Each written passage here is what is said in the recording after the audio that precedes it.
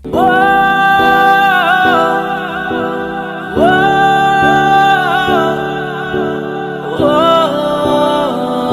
মেয়ে দরজা ধরে দাঁড়িয়ে আছে।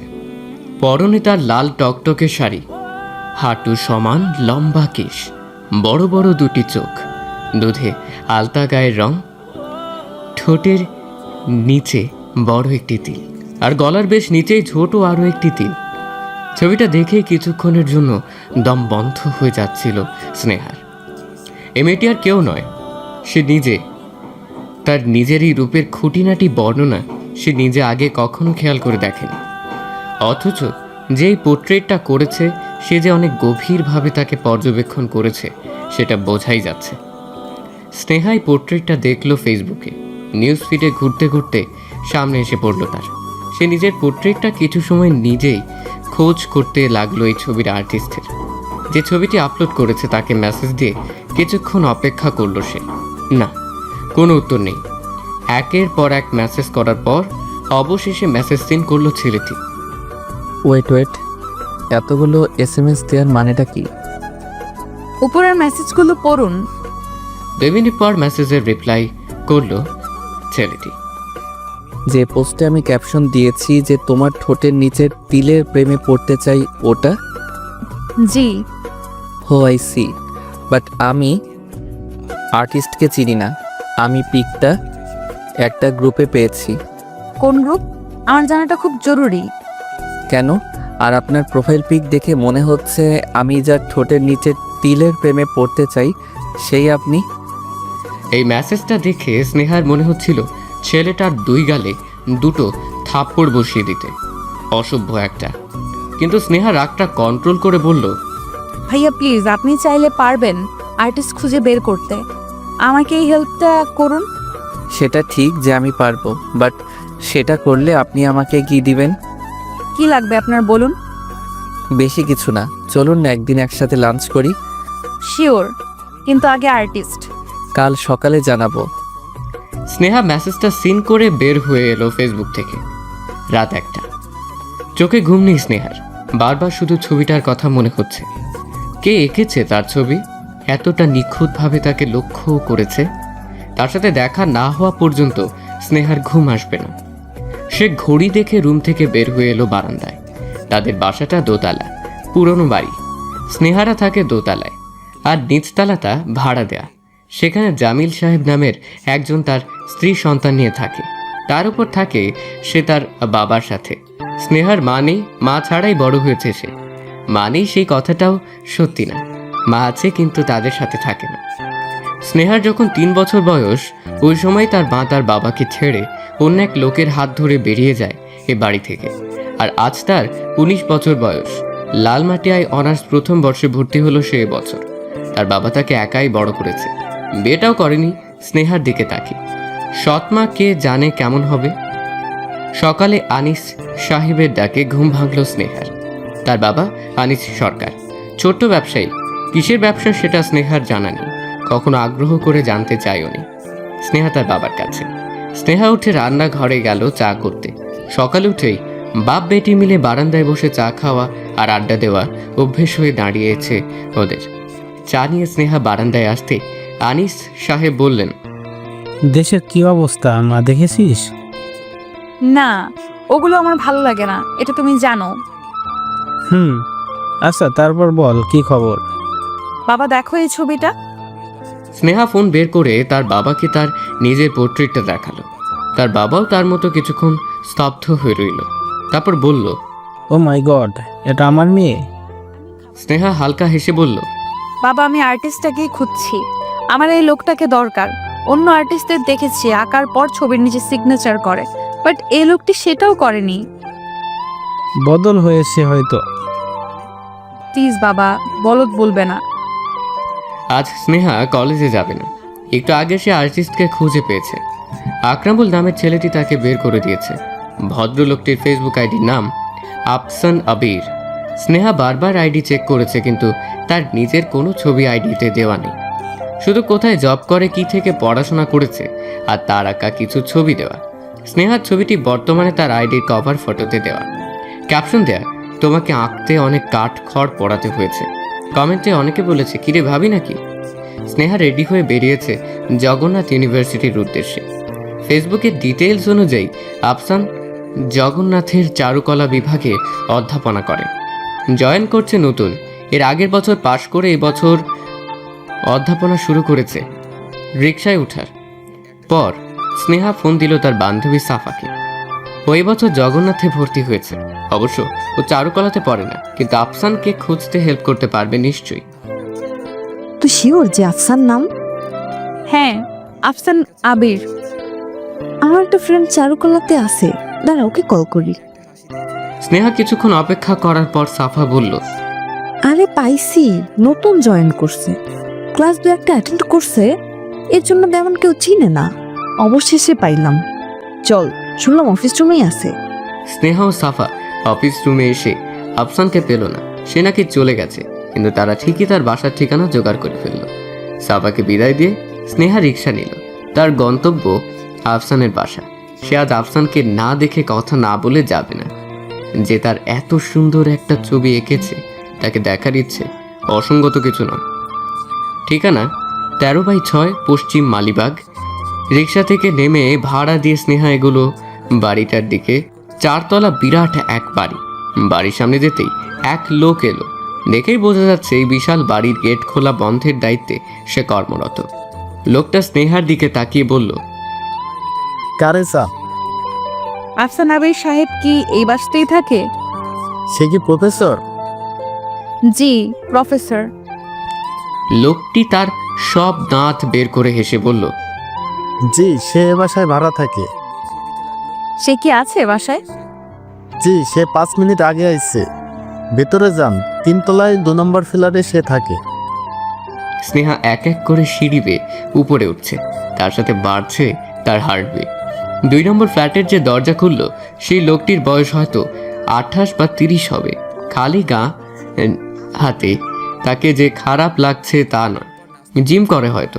বডি ফডি দেখা যাচ্ছে। লম্বায় 6 ফিটের উপরে হবে হয়তো। গায়ের রং হালকা শ্যাম। মোট কথা, যে কেউ তাকে প্রথম দেখাতেই সুদর্শন পুরুষ বলবে। আবার অনেক তরুণী হয়তো প্রেমেও পড়বে। আফসান হতভম্ব হয়ে দাঁড়িয়ে আছে। সে তার নিজের চোখকে বিশ্বাস করতে পারছে না। এই মেয়ে তার বাসায়? এটা কি সত্যি করছে নাকি স্বপ্ন?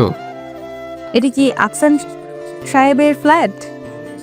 আফসান এতটাই অবাক যে সে এখনো নিজেকে ধাতস্থ করতে পারছে না। সে যে খালি গায়ে একটা তরুণীর সামনে দাঁড়িয়ে আছে, এটা তার এখনো মাথায় আসেনি। মাত্রই বাসায় ঢুকে কাপড় ছেড়ে ফ্রেশ হয়ে বেরিয়েছিল সে। এর মাঝেই বেল বাজতেই দরজা খুলে অবাক চোখে তাকিয়ে আছে স্নেহার দিকে সে। হ্যালো, এই যে। আফসান নিজেকে কন্ট্রোল করে বলল, জি, আমি আফসান। ভেতরে আসি? আসুন। আসুন বলে তো দরজার সামনে দাঁড়িয়ে আছেন। ও হ্যাঁ, আসুন। স্নেহা বাড়ির ভেতরে ঢুকে বিস্মিত চোখে তাকিয়ে রইল। পুরোটা দেয়া লাগানো, গাছ, লতাপাতা, ফুল, পাখি আর একটি মেয়ে নৌকায় বসে পা হাঁটু পর্যন্ত ডুবিয়ে রেখেছে। চুলগুলো পানিতে এসে পড়ছে। মুগ্ধ চোখে তাকিয়ে আছে সে নদীর পানির দিকে। এই প্রথম এমন একটি বাসা স্নেহা দেখলো, যে বাসায় দেয়ালে রঙের পরিবর্তে এত সুন্দর করে গাছপালা আঁকানো। স্নেহা ড্রয়িং রুমে বসতেই আফসানও বসে পড়ল। তারপর তার মনে পড়লো তার গায়ে কিছু নেই। সে কিছুটা অস্বস্তির সাথে বলল, বসুন, আমি আসছি। একটা টি শার্ট পরে ঝটপট 2 কাপ কফি করে আফসান নিয়ে এলো ড্রয়িং রুমে। এতক্ষণ তার মনে চলছিল নানান প্রশ্ন। এই মেয়ে এখানে কেন, কিভাবে? আফসানকে দেখে স্নেহা উঠে দাঁড়ালো। আফসান বসতে বসতে বলল, বসুন। না জিজ্ঞেস করেই কফি করে আনলাম। স্নেহা হালকা হেসে বলল। সমস্যা নেই। স্নেহার এই হাসি দেখে যেন আফসানের জ্ঞান হারাবার উপক্রম হলো।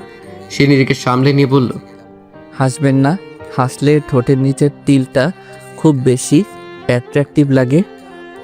বলেই আফসান জিভে কামড় দিল। ইস, মনের কথাটা সে জোরে বলে ফেলেছে। পরক্ষণে পরিস্থিতি সামলাবার জন্য বলল, কিছু মনে করবেন না, ঠাট্টা করলাম। তো কিসের জন্য এলেন? স্নেহা কি বলবে ভেবে পাচ্ছে না। আফসানকে কাল থেকে দেখার আগ্রহ তার এতটাই ছিল যে সে আজ বাসায় উপস্থিত। আর দেখার পর আর এক দফা ধাক্কা। সে কি প্রেমে পড়ে গিয়েছে আফসান নামের এই লোকটির? আরে না, তা কিভাবে হয়? একবার দেখে কি কারো প্রেমে পড়া যায় নাকি? আর এই লোকটাও কি তাকে চিনতে পারছে না? যার ছবি এঁকেছে তাকে বলছে কি দরকার এসেছে? স্নেহা বিরক্ত মুখে বলেই ফেলল, বাবা, যার ছবি এঁকেছেন তাকে চিনতে পারছেন না? আফসান কিছুটা অপ্রস্তুত বোধ করে বলল, আমি তো একবারও বলিনি যে আপনাকে চিনতে পারছি না। আমি বলছি আপনি আমার কাছে কি মনে করে এলেন। সব সময় দরকারে কারো কাছে আসতে হয়, এইটা তো জানা ছিল না। আফসান কি বলবে ভেবে না পেয়ে চুপ করে রইল। স্নেহা কিছুক্ষণ উত্তরের অপেক্ষা করে উত্তর না পেয়ে বলল, আমি অবশ্য দরকারে এসেছি। আমি আমার একটা পোর্ট্রেট করাতে চাই আপনাকে দিয়ে। আফসান জয়ের একটা হাসি দিল। হাসিটা দেখে স্নেহার মনে হলো সে বিশ্বকাপ জয় করে ঘরে ফিরেছে।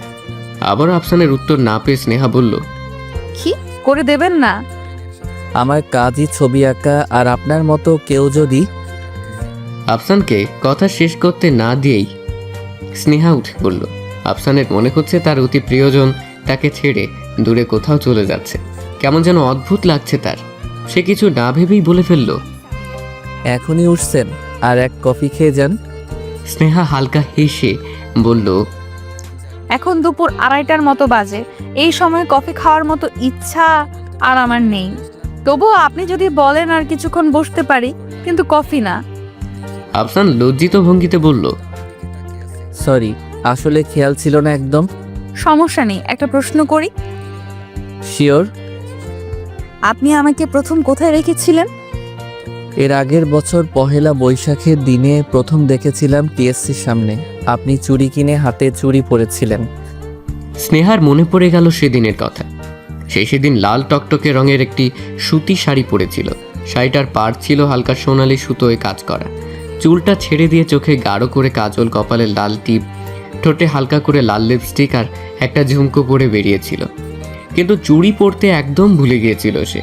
তাই টিএসসির সামনে থেকে মুহিব ভাই তাকে চুড়ি কিনে দিয়েছিল। আর কাল যে পোর্ট্রেটটা দেখেছিল সেটিও ছিল অবিকল সেদিনের সাজের মতোই। একদম মাথায় আসেনি তার। দিনে দিনে সে কি মন ভোলা হয়ে যাচ্ছে।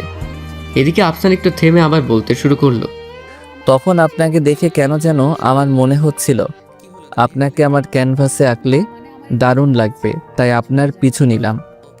আপনি চুড়ি কেনার পর গেলেন ঢাকা ইউনিভার্সিটির চারুকলা বিভাগে। সেখানে একটা ছেলের সাথে কিছুক্ষণ বসেছিলেন। হ্যাঁ, আমার খালাতো ভাই ছিল আমার সাথে। ও, তারপর আপনি একটি গাছ ধরে দাঁড়ালেন ছবি ওঠানোর জন্য, মনে পড়ে? জি। আপনার ভাই ছবিগুলো তুলছিল আর আপনি দাঁড়িয়ে দাঁড়িয়ে বিভিন্ন পোজ দিচ্ছিলেন। স্নেহার অস্বস্তি লাগছে। ছবি ওঠা একটা পার্সোনাল ব্যাপার, আর সেই সময়টাই সবাই নিজের মনে এক একভাবে পোজ দিয়ে ছবি ওঠে, যেটা সে আর ক্যামেরাম্যান ছাড়া কেউ দেখলে কেমন যেন বিরক্ত লাগে। আর এই লোকটি চুপি চুপি এই কাজগুলোই করেছে। অসহ্যকর ব্যাপার একটা। আর আপনার একটা পোজ আমার এত বেশি ভালো লেগে গিয়েছিল যা বোঝানোর মতো না। আপনার ভাই ছবিটা ক্যাপচার করে নিয়েছিল তার ক্যামেরায়, আর আমি নিয়েছিলাম আমার মনে। বলেই হালকা হাসলো আফসান। স্নেহা উঠে দাঁড়িয়ে বলল, আজ আসি। সব কথা একসাথে শুনলে পরে কথা বলার মতো কোনো টপিক থাকবে না। সেটাও আমি আপনাকে ফেসবুকে অ্যাড করব, দয়া করে। স্নেহার কথা শেষ না হতে আফসান বলল, অবশ্যই করব। স্নেহা বাড়িতে গিয়ে ঢুকে পড়ল শাওয়ার নিতে। সারাদিন রোদে রোদে ঘুরে গা কেমন যেন ঘিন ঘিন করছে। 1 ঘন্টা শাওয়ার নেওয়ার পর বের হলো সে। চুলটা মুছেই গেল ডাইনিংয়ে। ক্ষুধায় তার পেট থেকে চো চো শব্দ আসছে। ময়নার মাছ রান্না করেছে ইলিশ মাছ। ইলিশ মাছ খুব একটা পছন্দ না স্নেহার, তবু সে খুব আরাম করে অনেকটা ভাত খেল। তারপর রুমে এসে বিছানায় শুয়ে পড়ল। ঠিক সেই সময় ফোনটা বেজে উঠল তার। মুহিব ভাই ফোন করেছে। তার খালাতো ভাই মুহিব, বড় খালার ছেলে। মা চলে যাবার পর থেকে বড় খালাই তাকে মায়ের আদর দিয়েছে, কখনো মানে এমনটা মনে করতে দেয়নি। মুহিব ভাই ঢাকা ইউনিভার্সিটি থেকে ম্যাথ নিয়ে পড়ছে। পড়া নাকি শেষ হওয়া ভাব। আসলে নিজে থেকে স্নেহা কখনো কিচ্ছু জিজ্ঞেস করে না তাকে। মুহিব ভাই যে তাকে পছন্দ করে এটি স্নেহা জানে। এমনকি খালা ওকে তার ছেলের বউ করে নিতে চায়, সেটিও জানে সে। সব জেনেও স্নেহা এমন একটা ভাব করে যেন এ জগৎ সম্পর্কে কিছুই বোঝে না সে। 4 বার রিং হবার পর 5ম বারে ধরল স্নেহা।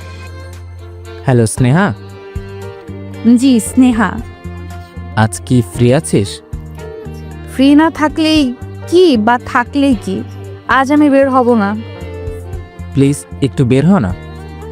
সম্ভব না মুহিব ভাই। Please please please. না না না না না। আমি তোর জন্য অপেক্ষা করব। কিছু না বলেই ফোন কেটে দিল স্নেহা। সে যতই না করুক না কেন মুহিব জানে স্নেহা ঠিকই আসবে। বিকেল 5:30টার মাঝেই স্নেহা এসে উপস্থিত হলো ধানমন্ডি লেকে। মুহিবের খুব প্রিয় একটা জায়গা। প্রায় বিকেলেই সে স্নেহাকে ফোন দিয়ে আসতে বলে এখানে। প্রতিবারই স্নেহা আসবে না বলেও ঠিকই এসে উপস্থিত হয়। আজও এসেছে সে। কটকটে হলুদ রঙের সিল্কের পাঞ্জাবি, চোখে সানগ্লাস পরে দাঁড়িয়ে আছে এক 26 বছর বয়সী এক লোক। মাথা ভর্তির চুলগুলো অগোছালো কোঁকড়ানো, চোখ দুটো গোল, ছোট ছোট, ঠোঁট বেশ পুরু, চওড়া কাঁধ, সবকিছু মিলিয়েও অন্য কিছু আকর্ষণ তার মাঝে আছে। স্নেহা লোকটির কাছে এসে দাঁড়িয়ে বলল, মুহিব ভাই, তোমাকে এই হলুদ পাঞ্জাবিতে কতটা বিশ্রী লাগছে তুমি জানো? মুহিব সানগ্লাসটা চোখ থেকে নামিয়ে বলল, কোন দিনটায় আমায় তোর কাছে ভালো লেগেছে? স্নেহা সে কথার উত্তর না দিয়ে ফোন বের করে তার পোর্ট্রেটটা মুহিবকে দেখালো। মুহিবও ঠিক ওর আর বাবার মতো কিছুক্ষণ স্তব্ধ হয়ে রইল। স্নেহা ফোনটা নিয়ে আগের বারের পহেলা বৈশাখে ঠিক ওই ছবিটাও বের করে মুহিবকে দেখালো। সে আফসানের বাসা থেকে ফেরার সময় রিকশায় বসে অনেকক্ষণ গ্যালারি কাটার পর এই ছবিটি পেয়েছে। মুহিবকে ছবিটি দেখে স্নেহা বলল, দেখেছো, একই ছবি অথচ কত তফাৎ। মুহিব ছবির দিকে তাকিয়েই বলল, হুম। আমার কাছে আঁকানোটাই ভালো লেগেছে, মনে হচ্ছে জীবিত আমি দাঁড়িয়ে আছি, ঠিক না? হ্যাঁ। তোমার কোনটা ভালো লেগেছে? হুম। কি? যাই হোক, লোকটার তারিফ করলেও কম হবে। জানো, তাকে আমি বলে এসেছি আমার আরো একটা পোস্ট করতে। এবার মুহিব স্নেহার দিকে তাকিয়ে বলল, কেন? কেন আবার? আমি নিজের মতো করে পোস্ট দেব আর সে তার মনের ক্যানভাসে আমার ছবি আঁকবে। বলেই হেসে গড়িয়ে পড়ল স্নেহা। সবসময় স্নেহার হাসি মুহিবকে খুব টাইনলেও আজকের এই হাসিটা বিরক্ত লাগলো। ভ্রু কুচকে মুহিব স্নেহাকে বলল, ঠাট্টা করবি না, আমার একদম ভালো লাগে না। স্নেহা মুহিবের এই চেহারা দেখে হাসি থামানোর পরিবর্তে দ্বিগুণ বাড়িয়ে দিল। রাতে আনিস সাহেব খেতে বসে বিরক্ত ভঙ্গিতে বলল, ময়নার মা, তুমি এইগুলো কি রেঁধেছ? ময়নার মা তাদের বাড়িতে কাজ করে। স্নেহার জন্ম হবার পরেই আনিস সাহেব তাকে নিয়ে এসেছিল স্নেহার দেখাশোনার কাজে। এখনও সেই বাড়িতেই রয়ে গেছে। ময়নার মা নিচু গলায় জবাব দিল, খারাপ হয়েছে ভাইজান? তুমি যাও আমার চোখের সামনে থেকে। সেনা, ওকে যেতে বলো। স্নেহা এতক্ষণ চুপচাপ বসে খাচ্ছিল। এবার খাওয়া বাদ দিয়ে সেই ময়নার মার দিকে তাকিয়ে বলল, তুমি যাও। ময়নার মা কিছু না বলেই চলে গেল রান্নাঘরে। সেই বাড়িতে আছে 20 বছরের মতো হলো। স্বামী সন্তানকে ফেলে রেখে সে পড়ে আছে এখানে। ময়নার বিয়ে হলো এর আগের বছর। তখন আনিস সাহেব তার মেয়ের বিয়েতে গিয়ে একটা টিভি কিনে দিয়ে এসেছে তার মেয়েকে। মাঝে মাঝে বকাঝকা করলে অন্তরের দিক থেকে অনেক ভালো সে, তাই তার কথা শুনে শুনে কষ্ট পায় না ময়নার মা। রাতে স্নেহা ঘুমোবে এমন সময় তার মনে হলো সে বিকেলে আফসানকে অ্যাড করেছিল ফেসবুকে। অ্যাকসেপ্ট করেছে কিনা জানতে ফেসবুকে ঢুকলো স্নেহা। হ্যাঁ, অ্যাকসেপ্ট করেছে। আর আফসানকে অনলাইনেও দেখাচ্ছে। সে মেসেজ দিবে কিনা ভাবতে ভাবতে দিয়েই ফেললো মেসেজ। হাই। ঠিক তখনই রিপ্লাই এলো তার। যেন এতক্ষণ স্নেহার মেসেজের অপেক্ষায় ছিল সে। কি করছেন? কিছু না, আপনি? অন্য কেউ হলে স্নেহা নিশ্চিত রিপ্লাই করতো, হাডুডু খেলছি, আসেন খেলবেন। এত রাতে কি করা যায় সেটাও কি এরা জানে না? আবার এই রিপ্লাই এসেছে, রং নিয়ে বসে আছি, একটা জিনিস আঁকার চেষ্টা করছি। কি আঁকছেন? তেমন কিছু না। থাক, বলতে না চাইলে বলতে হবে না। রাগ করবেন না প্লিজ। আমি আবার বন্দুক দেখে ভয় পাই। একটা ডায়লগ আছে না, प्यार से डर नहीं लगता पर बंदूक से लगती है। সালমান ফ্যান? ইয়েস, আমার বস সে। বডি দেখে বোঝনি? বুঝেছি, তার মানে আপনি সবাইকে বরে দেখিয়ে বেড়ান। মোটেও না, আমি তো তখন মাত্র ফ্রেশ হয়ে বের হয়েছিলাম। বাট ও চিমটি। লাগলো তো? চিমটি কেন? You are Salman fan. হা হা হা। আচ্ছা থাক, আমার ছবি আঁকার মুড এসে গেছে। We are Salman fan. ছবি আঁকতে আমার মুডও লাগে নাকি? জি ম্যাডাম, শুভরাত্রি, বিদায়। Good night. ফোনটা চার্জে ঢুকিয়ে ঘুমিয়ে পড়ল স্নেহা। ঘুম ভাঙলো তার বাবার ডাকে। উঠে স্নেহা ফোন হাতে নিয়ে মেসেঞ্জারে ঢুকলো। আফসান আবির ওয়াজ অ্যাক্টিভ 5 hours ago। লেখাটা আগে দেখলো সে। এখন বাজে 8টা। রাত 3টার দিক লোকটা ফেসবুকে কি করছিল? আচ্ছা, লোকটার জন্য তার এমন লাগছে কেন? সে কি লোকটাকে পছন্দ করে? অবশ্য পছন্দ হতেই পারে, পছন্দ হওয়া খারাপ কিছু না। লোকটিকে যে কোনো মেয়ে দেখেই পছন্দ করবে। প্রতিদিনের অভ্যেস মতোই চা নিয়ে বারান্দায় এলো স্নেহা। কাপ বাবার দিকে এগিয়ে দিয়ে বলল, কাল মা ফোন করেছিল বাবা। আনিস সাহেব হালকা নড়ে চড়ে বসে বলল, ও হ্যাঁ, কি বললো? আমার সাথে 2 মিনিট কথা বলতে চায়। বড় খালা নাকি নাম্বারটা দিয়েছে। বড় খালারও কাজ নেই, এমনি নাম্বারটা কেন দিতে হবে? সে তোর মায়ের বোন, বোন চেয়েছে তাই দিয়ে দিয়েছে। চাইলেই দিতে হবে কেন? আনিস সাহেব তার চশমাটা খুলে মুছতে মুছতে বলল, সেটাও তো কি কথা হলো? আমাকে বলল আমি তোর মা। আমি বললাম মাটা আবার কি? আমি মা নামের কাউকে চিনি না। তারপর সে বলল, স্নেহা আমার উপর আর রাগ করে থাকিস না। আমি বললাম আমি অচেনা কারোর উপর রাগ করে থাকি না, আর আমি অচেনা কারোর সাথে কথাও বলি না। তারপর সে বলল আমার কিছু করার ছিল না রে, তোর বাবা আমাকে সুখ দেয়নি। আমি তখন বললাম আপনি কে বে? আমার বাবাকে নিয়ে কিছু বলার সাহস আপনাকে কে দিল? সব ফালতুর দল। আর কখনো ফোন দিয়ে বিরক্ত করবেন না বলে ফোন কেটে দিয়ে নাম্বার ব্লক লিস্টে রাখলাম। আনিস সাহেব চা খেতে খেতে কঠিন স্বরে বললেন, এভাবে কথা বলে একদম ঠিক করিসনি। এখনই ফোন দিয়ে সরি বল। আমার রাগ উঠে গিয়েছিল বাবা। সে কেন তোমার নামে বাজে কথা বলবে? বাজে কথা কই বললো? তাকে হয়তো আমি আসলে সুখ দেইনি। যা সরি বলে আয়। সরি বাবা, আমি এই কাজটা কখনোই করব না। বলেই রুমে চলে এলো স্নেহা। রাগে তার হাত পা কাঁপছে। তার এত ভালো একটা বাবাকে তার মা এভাবে কষ্ট দিতে পারলো? নিজেকে কিভাবে কি মহিলাটা? কিছুক্ষণ বসে রইল স্নেহা বিছানায়। সে আজ কলেজে যাবে না। তার মনটা আজ অস্বাভাবিক খারাপ। বাবা বাইরে চলে গেছে অনেকক্ষণ হলো। স্নেহা ফোনটা হাতে নিয়ে ডাটা অন করতে এলো দুটো মেসেজ। প্রথম মেসেজ, কি ব্যাপার, কবে যাবেন লাঞ্চে? দ্বিতীয় মেসেজ। আজ বিকেলে সময় হবে কি আমার সাথে দেখা করার? প্রথম মেসেজটা দেখে স্নেহার যতটা না মেজাজ খারাপ হয়েছিল, দ্বিতীয় মেসেজ দেখে তার 10 গুণ মেজাজ ভালো হয়ে গেল। সে আলমারির কাছে এগিয়ে গেল। অনেক খোঁজাখুঁজি পড়ার পর ঠিক হলো আজ নীল শাড়িটা পরে দেখা করতে যাবে সে আফসান সাহেবের সাথে। এটা কি বেশি বাড়াবাড়ি হয়ে যাবে নাকি? হলে হবে, তবু আজ সে নীল শাড়িটা পরেই সুন্দর করে সেজে উপস্থিত হয়ে আফসানকে বলবে। আর আফসান কি বলবে? হয়তো বলবে। ভাবতেই স্নেহার গাল লজ্জায় লাল হয়ে গেল। ছি, কী সব ভাবছে সেগুলো। 1 ঘন্টার উপরে হলো একটা রেস্টুরেন্টে বসে অপেক্ষা করছে আফসান স্নেহার জন্য। অবশেষে 1 ঘন্টা 25 মিনিট অপেক্ষা করার পর আফসান দেখা পেল এক নীলপরি। নীল শাড়িতে সে হেঁটে হেঁটে আফসানের দিকে এগিয়ে আসছে। হ্যাঁ, এটাই স্নেহা। নীল শাড়িতে ঠিক তাকে স্বর্গের অপসরীদের মতো লাগছে। পিঠময় তার চুল ছড়ানো, তাদের মাঝখানে গোল একটা মুখ। সেই মুখ এতই সুন্দর যে বেশিক্ষণ তাকিয়ে থাকা সম্ভব না। অসম্ভব সুন্দর। সহ্য করার ক্ষমতা মানুষের খুব একটা নেই। কোনো সুন্দর জিনিসের দিকে মানুষ বেশিক্ষণ তাকিয়ে থাকতে পারে না। যেহেতু আফসানও রক্তে মাংসে গড়া একজন মানুষ, তাই তারও এই কঠিন সত্য ভাঙানোর ক্ষমতা নেই। স্নেহার দিক থেকে দৃষ্টি সরিয়ে নিয়ে আফসান হালকা হেসে বলল, হাই প্রিটি লেডি। স্নেহা চুলগুলো সামনে নিয়ে চেয়ারে বসতে বসতে বলল, হাই। তো ভালো আছেন? মিষ্টি একটা হাসি দিয়ে স্নেহা বলল, জি, আপনি? আফসান তার হাতটা বুকের বাম পাশে নিয়ে দুষ্ট একটা হাসি দিয়ে বলল। I high মারডালা।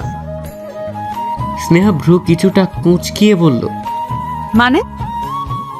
আপনার হাসি, তো আপনার মতো এমন একজন সুন্দরী আমার সামনে বসে হাসছেন, এতে আমার দিলে চোট লাগাটা কি বেমানান? পটাতে চাচ্ছেন? যদি বলি হ্যাঁ, তাহলে বলবো এটা বেমানান। আফসান চেয়ারটা সামনের দিকে টেনে এগিয়ে এনে বসলো। তারপর মেনু কার্ড হাতে নিয়ে বলল, কি অর্ডার করব? আপনার ইচ্ছে। আফসান ওয়েটারকে ডেকে অর্ডার করলো। এরপর হালকা কেশে স্নেহার দিকে ঝুঁকে এসে বলল, প্রথম দেখায় ভালো লাগা, তারপর কিছুদিন আড়াল থেকে তাকে দেখা, তারপর বাসায় সামনাসামনি বসে কথা বলা, এবং তারপর রেস্টুরেন্টে সেই মেয়েটাকে প্রেম নিবেদন করা। ব্যাপারটার মাঝে বেমানান দিক কোনটা? স্নেহা প্রসঙ্গ পাল্টানোর জন্য বলল, দেখা হবে বলার কারণটা কি জানতে পারি? অবশ্যই, এই যে মাত্র বললাম প্রেম নিবেদন করার জন্য ডেকেছি। বলতে বলতেই ওয়েটার এসে খাবার দিয়ে গেল। ওয়েটার যাবার পর আফসান বলল, আমি যদি ভুল না করি আপনি এখন আমাকে একটা ছেঁচড়া ছেলে ভাবছেন, এম আই রাইট? স্নেহা সহজ গলায় বলল, ভাবার কি অসংখ্য কারণ নেই? বলেছিলাম না? বাই দ্য ওয়ে, আমি আপনাকে আজ ডেকেছি একটা জিনিস দেবার জন্য, প্রেম নিবেদনের জন্য নয়। আফসান পাশ থেকেই একটা কাগজ বের করে স্নেহার সামনে রেখে বলল। খুলুন। স্নেহা কাগজটা হাতে নিল। গোল করে মোড়ানো একটি কাগজ। কাগজটা খুলতেই স্নেহার মুখ আনন্দে ঝিলিক দিয়ে উঠল। তার সাথে একটি ধ্বনি বের হয়ে এলো, ওয়াও। কাল যখন রোদে রোদে ঘুরে ফিরে স্নেহা দুপুরের দিকে উপস্থিত হয়েছিল আফসানের বাসায়, তখন স্নেহা ছিল খুব ক্লান্ত। তার চেহারায় ফুটে উঠেছিল এই ভাবটা। আর আজ সেই ক্লান্ত চেহারা স্নেহাকে ফুটিয়ে তুলেছে আফসান তার কাগজে। অফ হোয়াইট রঙের কামিজ পরা একটি মেয়ে বসে আছে বনের মাঝে। থিমটা দেখে খানিকটা মনে হচ্ছে সেই মেয়েটি পথ ভুলে বনের মাঝে ঢুকে পড়েছে, আর সঠিক পথ খুঁজতে খুঁজতে সে ক্লান্ত। একটি গাছের ছায়ায় বসে সে স্বস্তির কিছু নিঃশ্বাস ফেলছে। রাতে যখন আপনি জানতে চাইলেন কি আঁকছি, তখন এটা নিয়েই বসেছিলাম। বসে বসে আপনার ক্লান্ত চেহারাটা মনে করার চেষ্টা করছিলাম। ঠিক তখনই এলো আপনার মেসেজ, যেটাকে মেঘনা চাইতেই বৃষ্টি বলে। বলেই প্রাণ খুলে হাসতে লাগলো আফসান। স্নেহা আফসানের হাসির শব্দ শুনে ছবিটি থেকে দৃষ্টি ফেরালো আফসানের দিকে। তারপর হালকা হেসে মিষ্টি গলায় বলল, একেবারেই আমাকে দিয়ে দিচ্ছেন? কেন, সন্দেহ আছে নাকি? হুম, কিন্তু একটা জিনিস হয়তো আপনি ভুলে গিয়েছিলেন। আফসান ভ্রু কুচকে তাকিয়ে বলল, কোনটা? চুল। কাল যখন আপনার বাসায় ছিলাম তখন চুলটা বাঁধা ছিল, সব চুল একসাথে করে পাফ করে রেখেছিলাম, কিন্তু আপনার আঁকানো ছবিটাই কিন্তু চুলটা খোলা। ইচ্ছে করে দিয়েছি, আপনাকে খোলা চুলেই মানায়। আপনার ঠোঁটের নিচের তিলটা তো আপনার চুলের ছোঁয়া চাই, আর বেঁধে রাখলে তিলটা আপনার চুলের ছোঁয়াটাকে মিস করে। অদ্ভুত কথা বলতে কি খুব ভালো লাগে? এর মাঝেই একটা মেয়ে এসে সালাম দিল আফসানকে। ওয়ালাইকুম আসসালাম। স্যার আপনি এখানে? কেন, এখানে আসা নিষেধ নাকি আমার? মেয়েটা থতমত খেয়ে বলল। না সেটা না। মেয়েটার কথা শুনে বোঝা গেল সে আফসানের ছাত্রী। মেয়েটা দেখতে সুন্দর, উঁচা লম্বা হালকা পাতলা গড়নের এক মেয়ে। মেয়েটি এবার স্নেহার দিকে তাকিয়ে বলল, স্যার এটা কে? সেটা দিয়ে তুমি কি করবা? যাও এখন। মেয়েটা এমন একটা লুক দিয়ে বের হয়ে গেল যেন সে এক্ষুনি স্নেহাকে খেয়ে ফেলবে, হাড্ডি গুড্ডি সহ কোনো রকমের ছাড় দেবে না। আচ্ছা, মেয়েটা বসে বসে হাড্ডি খাচ্ছে ভাবতে কেমন লাগবে ভেবে দেখা যাক। চোখ বন্ধ করে স্নেহা ভাবতে শুরু করতেই সে খিলখিল করে হেসে উঠল। মনে মনে বলতে লাগলো, হাই হাই, কি বিশ্রী অবস্থা। আফসান আর স্নেহা রেস্টুরেন্ট থেকে বের হলো রাত 8টার দিক। তার পাশাপাশি হাঁটতে লাগলো রাস্তার ফুটপাত ধরে। শহরটা একদম নির্জন না, কিন্তু আজ কেন যেন স্নেহার মনে হচ্ছে ঢাকার চেয়েও নির্জন শহর আর একটিও নেই। কেন লাগছে এমন? আফসান সাথে আছে বলে?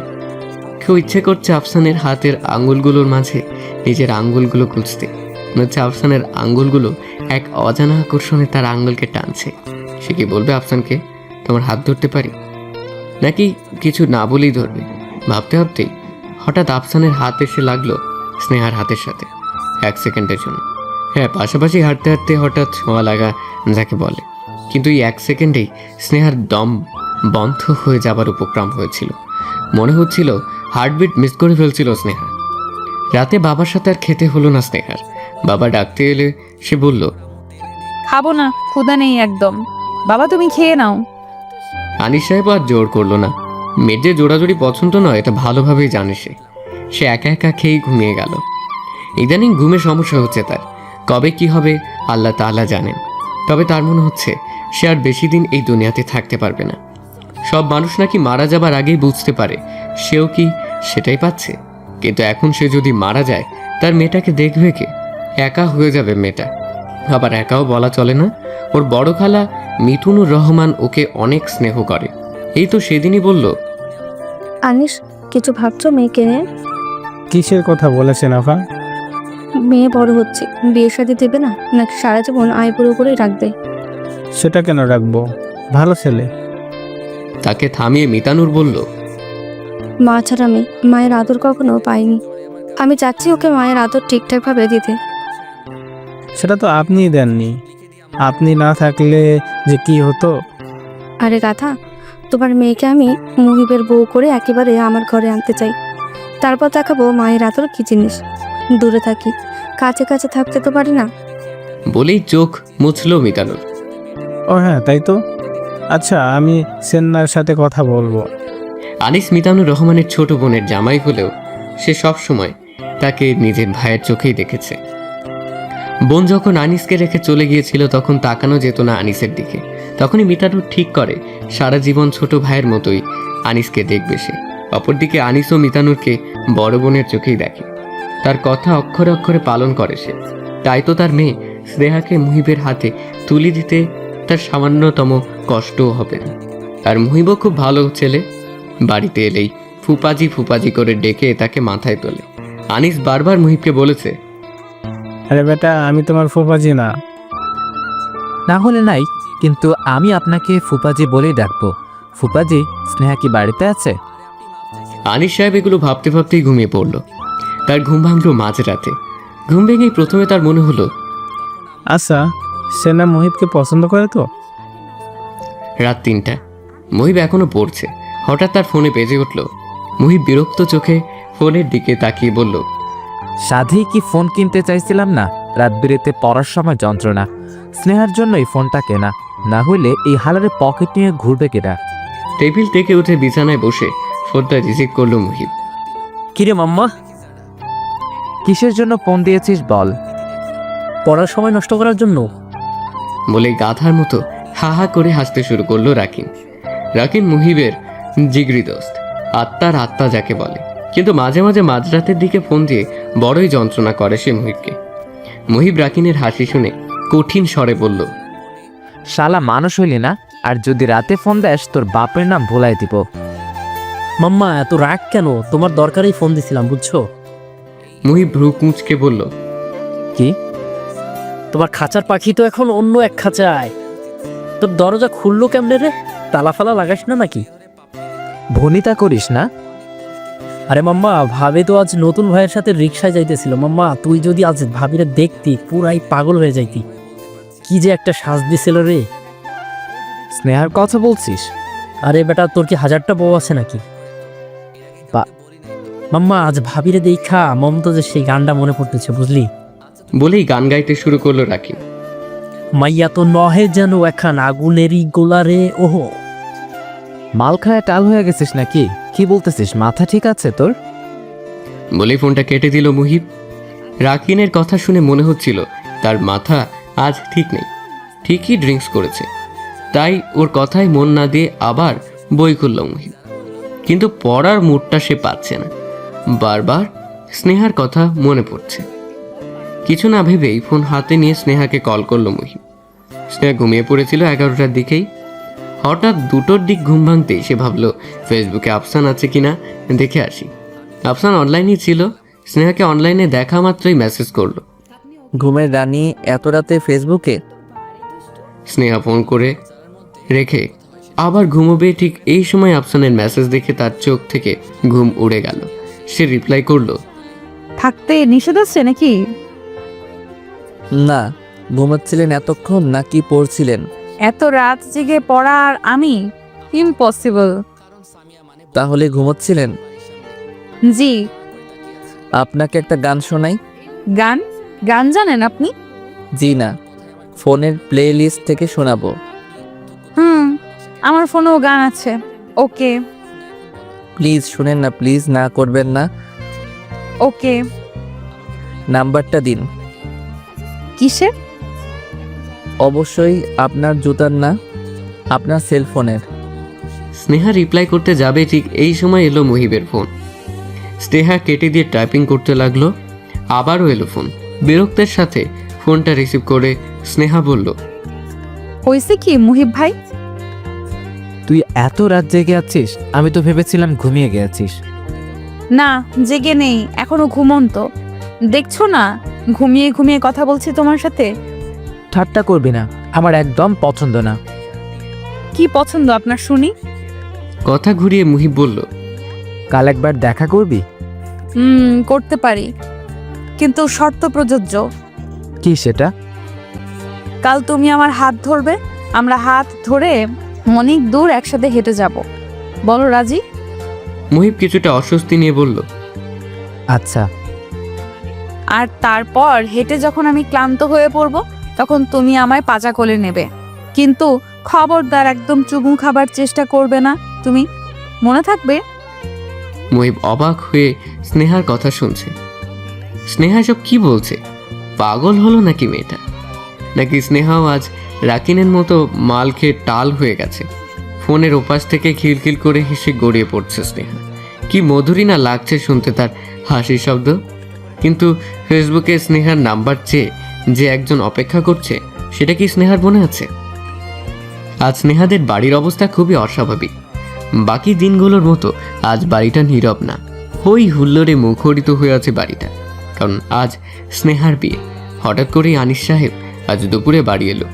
স্নেহা বাবাকে এই ভর দুপুরে দেখেই জানতে চাইল, শরীর টরীর খারাপ হলো নাকি বাবা? আনিস সাহেব বারান্দায় বসতে বসতে বলল, না মা, আমার কাছে একটু এসে বয় তো। স্নেহার বাবার পাশে বসে বলল, এই তো বসলাম। একটা কথা জানার ছিল। কি কথা বাবা?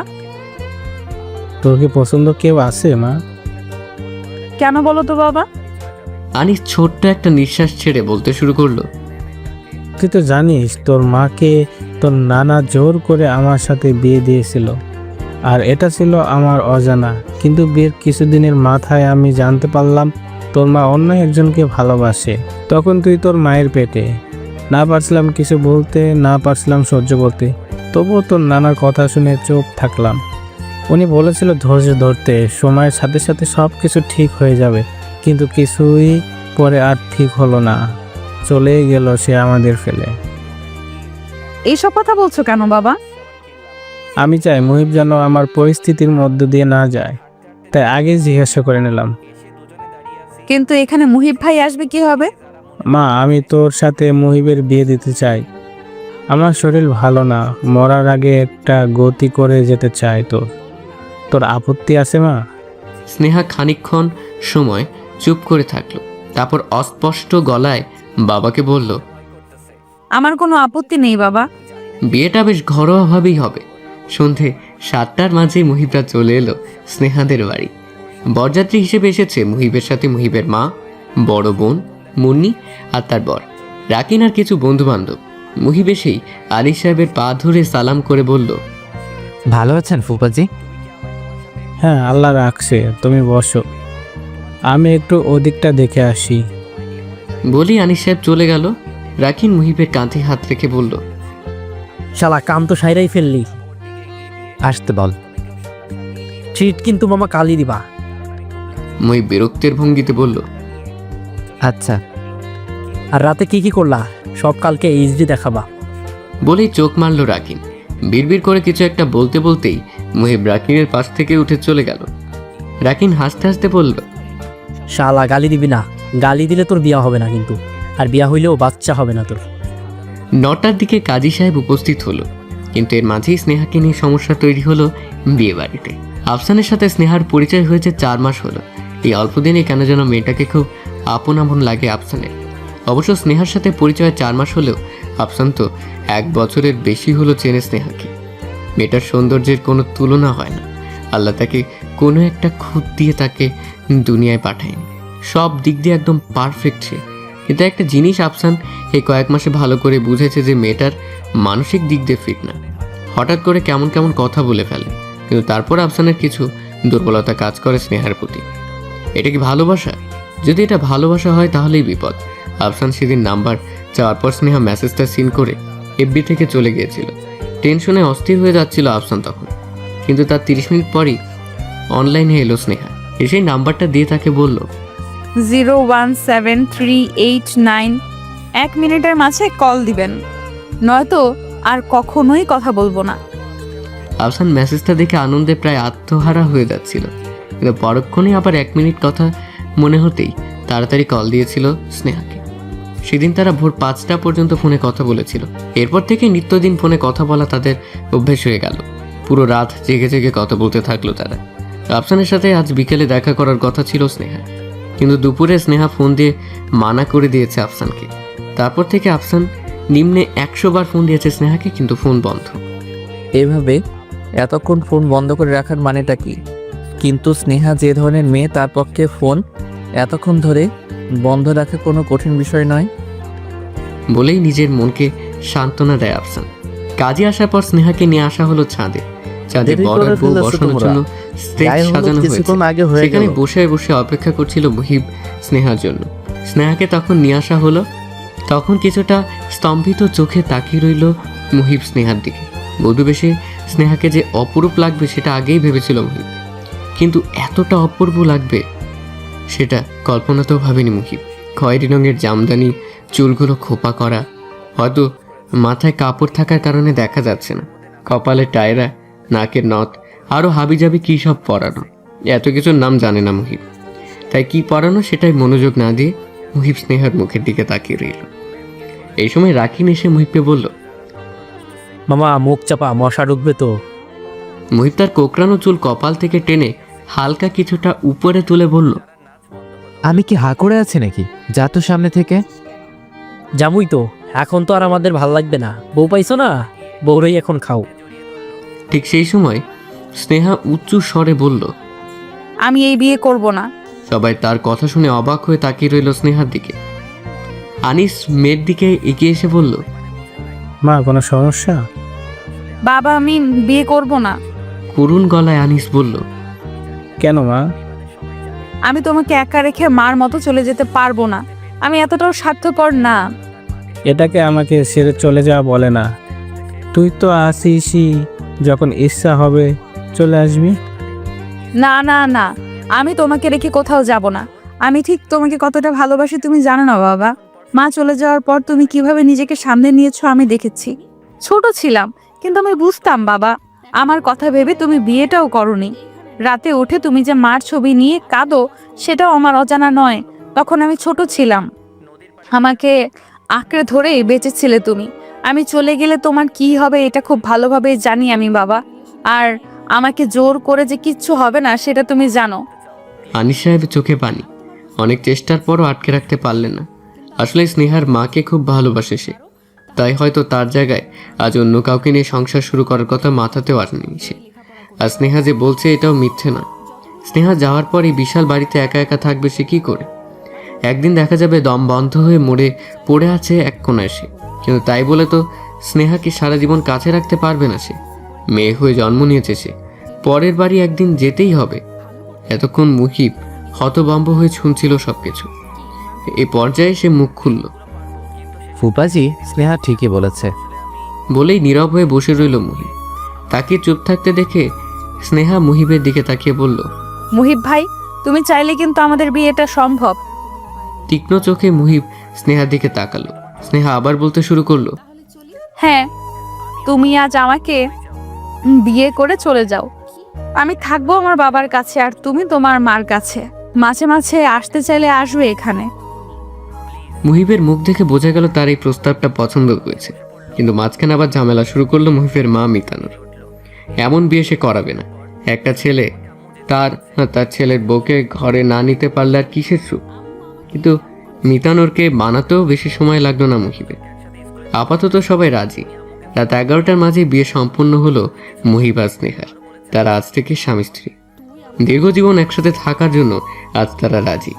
পারবে কি তার বাকিটা জীবন একসাথে দুজনের হাত ধরে বাকি তো পথ হাঁটতে। রাতে মুহিব স্নেহাদের বাড়িতে থেকে গেল। আজ তার বাসর রাত, আর আজ নাকি সে তার বিয়ে করা বউ তার নিজের সম্পত্তি থেকে দূরে থাকবে, প্রশ্নই ওঠে না। কিন্তু এই থেকে যাওয়ার কাজটাও করতে হলো তাকে অনেক পরিশ্রম করে, কারণ রাকিন শালাটা এত খারাপ, নিজে বয়ে করেনি জন্য আর কেউ যে বউয়ের সাথে থাকুক এই সুখটা ওর সহ্য হচ্ছিল না। সবার মাঝে বারবার ওকে নিয়ে যাওয়ার কথা বলছিল, আর মুহিবও মুখ ফুটে কিছু বলতে পারছিল না। কিন্তু মনে মনে ঠিকই রাকিনের 14 গোষ্ঠী উদ্ধার করছিল মুহিব। কিন্তু মুহিবরা চলে আসার ঠিক আগ মুহূর্তে একটা মিরাকেল হলো।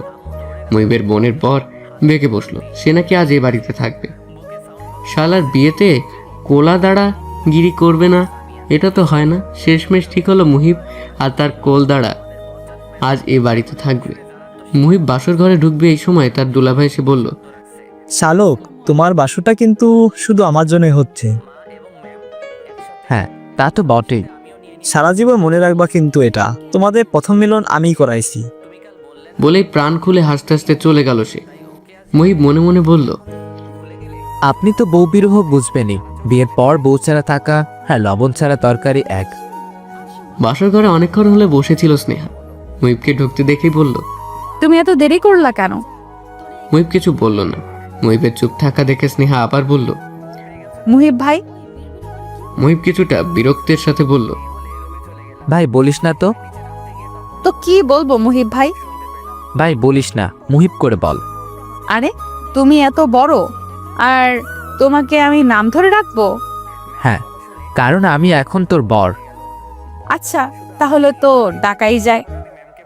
মুহিব স্বস্তির নিঃশ্বাস ফেললো, তারপর ইতস্তত করে বলল, তোর হাতটা ধরতে পারি? স্নেহা হাতটা এগিয়ে দিয়ে বলল, পারো। মুহিব হাতটা ধরে কিছুক্ষণ বসে রইল। স্নেহা মুহিবের হাতে একটা চিমটি খেটে বলল, শুধু হাত ধরে বসে থাকলেই হবে? চুমু খেতে যাচ্ছ না কেন?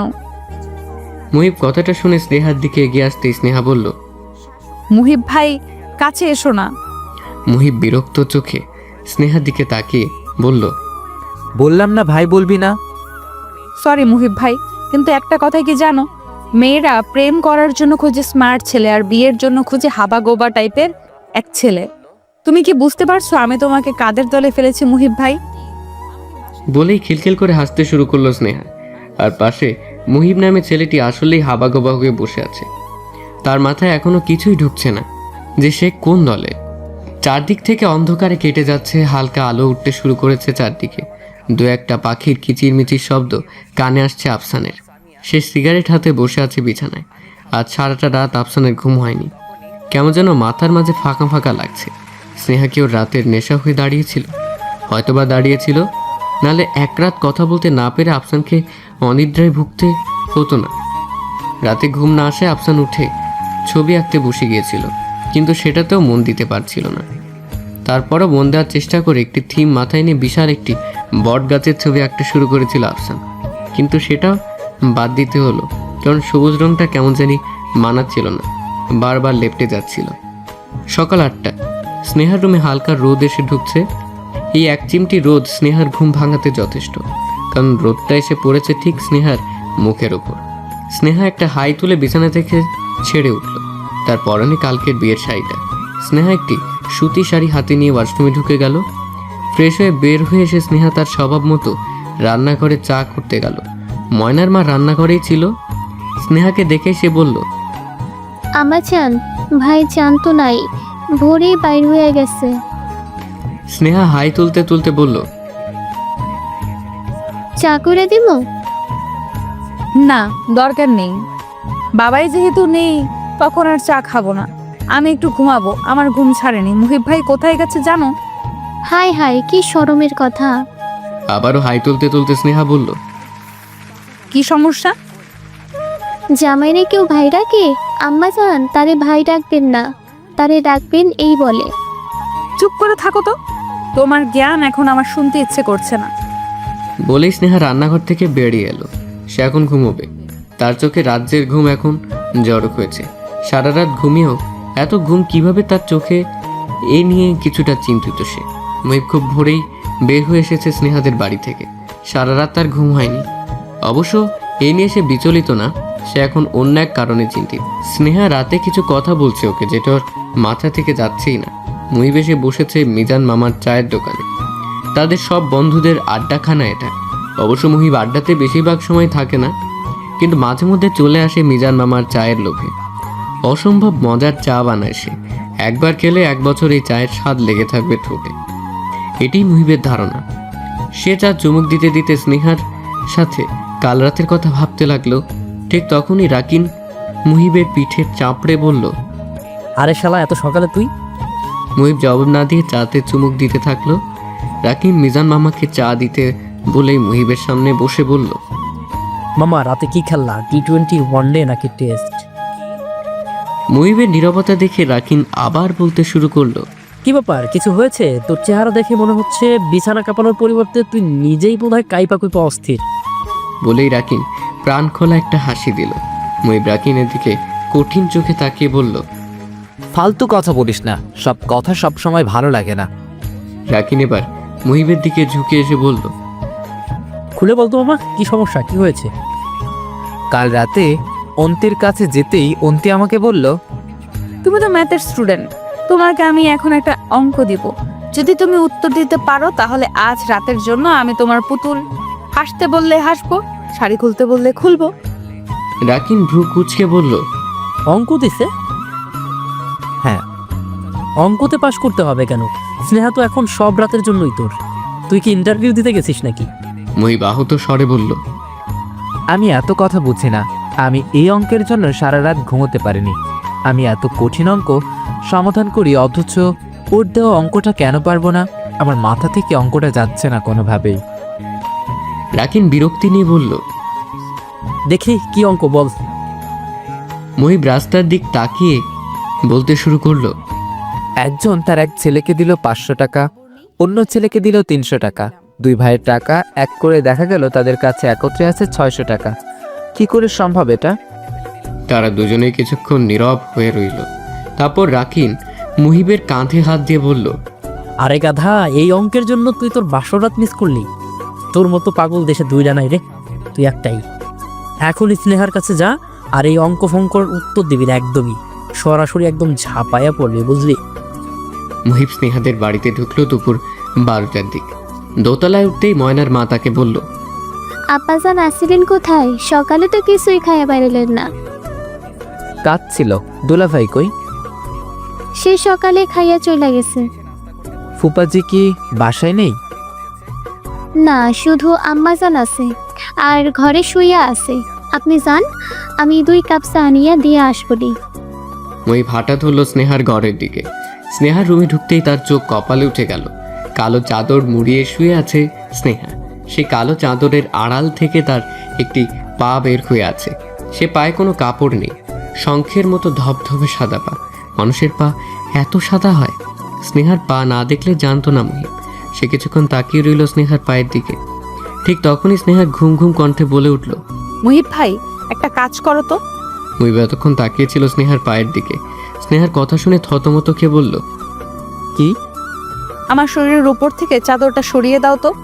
মুহিব ধীরে ধীরে এগুলো স্নেহার দিকে চাদর হাতে নিয়ে সরাতেই মুহিবের চোখ আটকে গেল স্নেহার পেটের দিকে। সাদা ধবধবে মেয়েধীন পেটটি লুটিয়ে আছে বিছানার সাথে। সুতি শাড়ি পরেছে স্নেহা, আর এতক্ষণ ঘুমিয়ে থাকার কারণে কাপড়ের কোনো ঠিক ঠিকানা নেই। মুহিবকে পেটের দিকে তাকিয়ে থাকতে দেখে স্নেহা বলল, মুহিব ভাই, আমার মুখের দিকে তাকাও। মুহিব অপ্রস্তুত ভঙ্গিতে পেটের দিক থেকে নজর সরিয়ে স্নেহার মুখের দিকে দিল। মুহিব ভাই, অঙ্কের সমাধানটা করতে পেরেছো? না। তুমি ম্যাথে ফেল। আগামী 1 মাস তুমি আমার থেকে দূরে থাকবা। মুহিব করুণ চোখে স্নেহার দিকে তাকিয়ে বলল, আচ্ছা। অবশ্য তুমি যদি আমার আরো একটা প্রশ্নের সঠিক উত্তর দিতে পারো তাহলে এই 30 দিন কমিয়ে 15 দিনে নামিয়ে নিয়ে আসবো। বলো রাজি? রাজি। স্নেহা হালকা হেসে বলল, মুহিব শব্দের অর্থটা কি? মুহিব খানিকটা সময় চুপ থেকে বলল, প্রেমিক। স্নেহা বিছানা থেকে নামতে নামতে বলল, তুমি পাস। 15 দিন কমিয়ে নেওয়া হলো, কিন্তু আসলে কি তোমার নামের সাথে তোমার মিল আছে? আচ্ছা তুমিই বলো, তুমি প্রেমিক হিসেবে কতটা ফিট? 100তে নিজেকে কত দেবে তুমি? মুহিব কিছুই বলল না। স্নেহা উত্তরের অপেক্ষা না করে শাওয়ার নেওয়ার জন্য চলে গেল। কিছুক্ষণ পর স্নেহাকে রেডি হয়ে বাইরে বেরোতে দেখে মুহিব স্নেহার দিকে তাকিয়ে বলল, কোথায় যাচ্ছিস? আমি একজনের সাথে দেখা করতে যাচ্ছি, তার সাথেই দুপুরে খাবো, তুমি খেয়ে নিও। মুহিব অস্পষ্ট স্বরে বলল। আচ্ছা। স্নেহা দোতলা থেকে নিচে নামার সময় আবার ঘরে ফিরে আসলো। মুহিবের দিকে তাকিয়ে হাসি মুখে বলল, আমি প্রেমিক হিসাবে তোমাকে দিতাম 133। কথাটি অপ্রিয় হলেও সত্য। আফসানের দরজায় কে যেন কড়া নাড়ছে। আফসান আজ ভার্সিটিতে যায়নি। সারা রাত ঘুম না এলেও সকালের দিকে হঠাৎ ঘুমিয়ে পড়েছিল সে। সেই ঘুম ভাঙল দুপুর 2টোয় কারো দরজার ধাক্কায়। আফসান বিরক্তি নিয়ে উঠে দরজা খুলল, কিন্তু তার এই বিরক্তি নিমিষেই আনন্দে পরিবর্তন হলো। তার সামনে দাঁড়িয়ে আছে স্নেহা। গাঢ় সবুজ রঙের একটি সুতির শাড়ি পরেছে সে।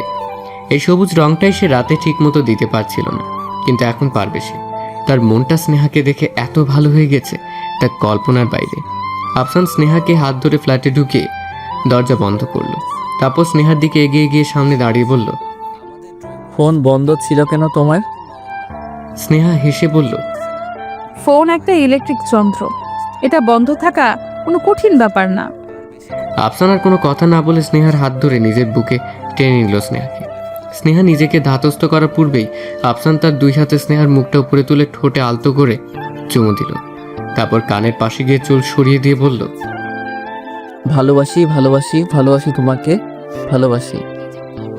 স্নেহা পুরো শরীর কেঁপে উঠতে শুরু করলো আফসানের ঠোঁটের ছোঁয়ায়। তারপর ধীরে ধীরে বরফের মতো জমে গেল স্নেহা ভালোবাসি কথাটি শুনে। অদ্ভুত একটা ভালো লাগার অনুভূতি হচ্ছে তার মনে। এই প্রথম কোনো পুরুষের এতটা কাছে এলো সে। ঠিক তখনই তার মনে পড়ল সেখানে এসেছে তার বিয়ের খবরটা আফসানকে জানাতে। স্নেহা আফসানকে বাধা দিতে চেষ্টা করলো, কিন্তু তার হাতটা যেন আজ কাজ করছে না। আফসান ও স্নেহা তেমন একটা বাধা না পেয়ে পুরো ঠোঁট জোড়া দখল করে নিল।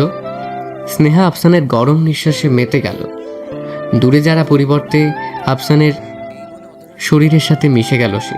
ধীরে ধীরে হাত দুটো আফসানের গলায় উঠিয়ে দিয়ে মেতে উঠল এক অজানা খেলায়। কিন্তু এখন যে বড্ড দেরি করে ফেলেছে তারা, এটা কি তাদের অজানা? ঠিক কতক্ষণ হলো স্নেহা আফসানের বুকে মাথা রেখে দাঁড়িয়েছিল, এটা তাদের কারোরই খেয়াল নেই। আফসানের শরীরের সাথে একদম মিশে দাঁড়িয়েছিল স্নেহা। দুজনের চোখে ছিল বন্ধ। তাদের দুজনের ঘোর ভাঙল স্নেহার ফোনে কল আসে। আফসান প্রায় সাথে সাথেই তার বাহুডোর থেকে স্নেহাকে ছেড়ে দিল। কিছুটা অপ্রস্তুত কণ্ঠে বলল, সরি প্লিজ, কিছু মনে করো না। আমার যে কি হয়েছিল, I am sorry Sneha. Sneha খুব স্বাভাবিক ভঙ্গিতে ব্যাগ থেকে ফোন বের করতে করতে বলল, ইটস ওকে, তোমার সাথে কিছু কথা ছিল, আমি কলটা অ্যাটেন্ড করে আসি, কেমন? শিওর, আমি অপেক্ষা করছি। স্নেহা ফোন নিয়ে বের হয়ে এলো ড্রয়িং রুম থেকে বারান্দায়। মুহি ফোন করেছে। স্নেহা শান্ত মুখে ফোন রিসিভ করে বলল, বলো। খেয়েছিস? না, খাবো। আর কিছু বলবে? না। আচ্ছা তাহলে এখন রাখছি, এসে কথা হবে। আজ আছো তো তুমি? আছি। স্নেহা ফোন কেটে দিয়ে রুমে ঢুকলো আফসানের খোঁজে। আফসান রান্নাঘরে ছিল, দুপুরে খাবারের জন্য কিছু একটা ব্যবস্থা করছিল। স্নেহাকে দেখে হালকা হেসে বলল, দুপুরে কি আমার সাথে খাবে? কি খাবে বলো? তোমার ইচ্ছা। আমি বাইরে থেকে কিছু একটা নিয়ে আসি। যাও। আফসান একটা শার্ট গায়ে দিয়ে বেরিয়ে পড়ল। 20 মিনিটের মাথায় ফিরে এসে দেখলো স্নেহা রান্নাঘরে কিছু একটা করছে। আফসানের খাবারটা টেবিলে রেখেই রান্নাঘরে এসে পেছন থেকে স্নেহাকে জড়িয়ে ধরল। স্নেহা একটুও চমকালো না, যেন এতক্ষণ হলো সেইটার অপেক্ষাতেই ছিল। কি করছো স্নেহা? চোখ কি বন্ধ, দেখতে পাচ্ছ না? আফসান স্নেহার কানের কাছে মুখ নিয়ে বলল, পাচ্ছি। সব সময় এমন পেঁচিয়ে কথা বলবা না। আচ্ছা বলবো না। আমি যে তোমাকে ভালোবাসি এটা আমি আজ বুঝতে পেরেছি। আর শুধু মধু ভালোবাসা না, এ এক কঠিন ভালোবাসা। স্নেহা হেসে বলল, ভালোবাসা কঠিন তরল হয় নাকি? অবশ্যই হয়। আমার ভালোবাসাটা কঠিন, বরফের মতো। আর আমার চেয়ে একটু কম যাদের ভালোবাসা, তাদেরটা তরল পানির মতো। আর তার থেকেও কম যাদের ভালোবাসা, তাদেরটা বায়বীয়। এদের ভালোবাসায় যথেষ্ট খুঁত আছে, তাই যে কোনো সময় উড়ে মনের জানালা দিয়ে পালায়। বলে স্নেহার কাঁধ থেকে মাথা উঠলো আফসান। স্নেহা আফসানের দিকে তাকিয়ে বলল, খাবার এনেছো? হ্যাঁ, ভেবে বলো তো কি এনেছি। তেহারি। জি ম্যাডাম, আর তেহারি খেয়ে আপনার হাতের পায়েসটা অমৃত লাগবে আশা করছি। আফসান আর স্নেহা খেতে বসলো দুপুর 3:30টার দিকে। স্নেহা বেশি খেতে না পারলেও আফসান খেলো আরাম মতো।